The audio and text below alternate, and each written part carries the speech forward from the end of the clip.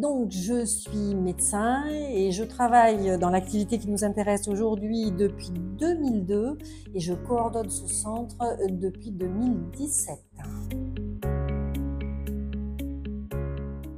Alors aujourd'hui, on l'appelle CRC-MHC. C'est un acronyme pour Centre de ressources et de compétences pour les maladies hémorragiques constitutionnelles. Ça veut dire des maladies hémorragiques héréditaires, des troubles de la coagulation héréditaire. Il y a 3 groupes de maladies. Il y a le groupe des hémophilies, parce qu'il n'y a pas qu'une hémophilie. Il y a le groupe des maladies de Willebrand, parce qu'il n'y a pas qu'une maladie de Willebrand. Et le 3e groupe, qui est constitué des thrombopénies et thrombopathies héréditaires. Voilà, qui est un groupe assez hétérogène, mais qu'il ne faut pas oublier. Il ne faut pas penser qu'à l'hémophilie et la maladie de Willebrand, qu'on a plus l'habitude de connaître. Voilà. Et je dirais en premier lieu, ce qui va quand même me guider, c'est la clinique et c'est l'histoire hémorragique. Alors là, l'histoire hémorragique, c'est vaste.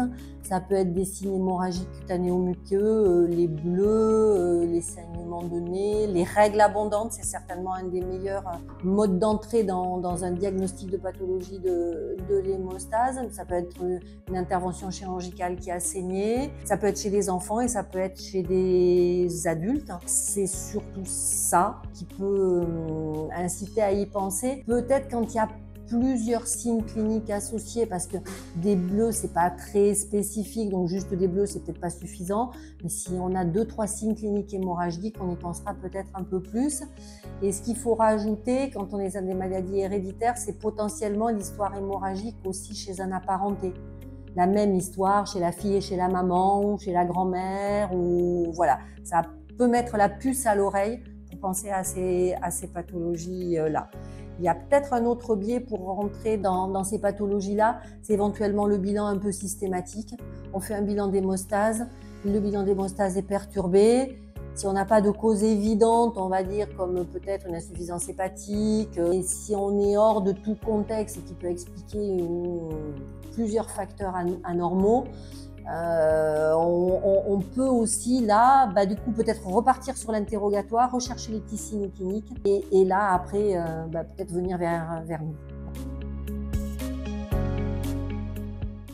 Alors, je pense que le plus souvent, il y aura une consultation parce que les éléments qu'on aura seront suffisants. On aura peut-être échangé sur quelques questions complémentaires, mais les éléments qu'on aura iront dans le sens d'une suspicion de maladie de l'hémostase héréditaire. Et donc, l'étape d'après, c'est en effet la consultation dans notre centre. Et les bilans biologiques sont faits dans notre centre pour pouvoir réaliser des analyses donc, au CHU avec un labo qui est expert, lui aussi, en analyse d'hémostase.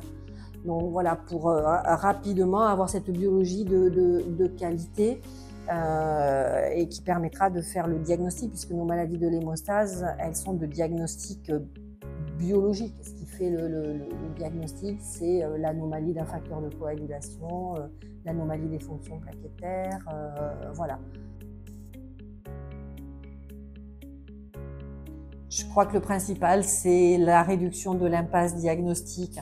Et peut-être à titre d'exemple, les thrombopénies. Je suis sûre que tout le monde a eu des thrombopénies mineures, 130 000 plaquettes, qui ne saignent pas. Depuis des années, il y a parfois un apparenté qui a aussi la même chose.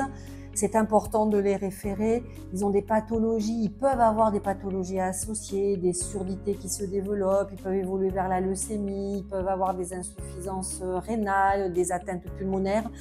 Donc certes, il n'y aura pas de risque hémorragique, mais il y aura toutes ces pathologies associées qui sera important de dépister et de prendre en charge.